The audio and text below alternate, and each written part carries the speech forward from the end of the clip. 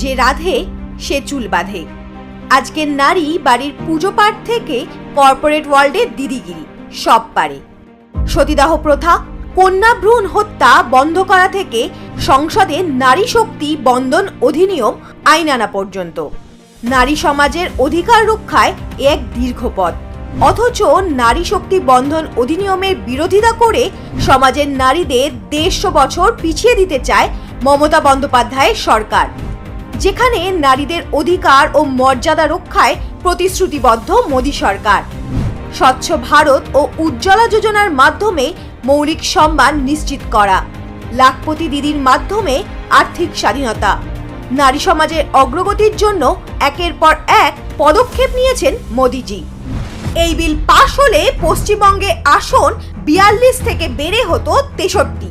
শুধুমাত্র বিজেপির বিরোধিতা করতে, নারীদের কণ্ঠরোধ করতেও পিছপা হলো না তৃণমূল।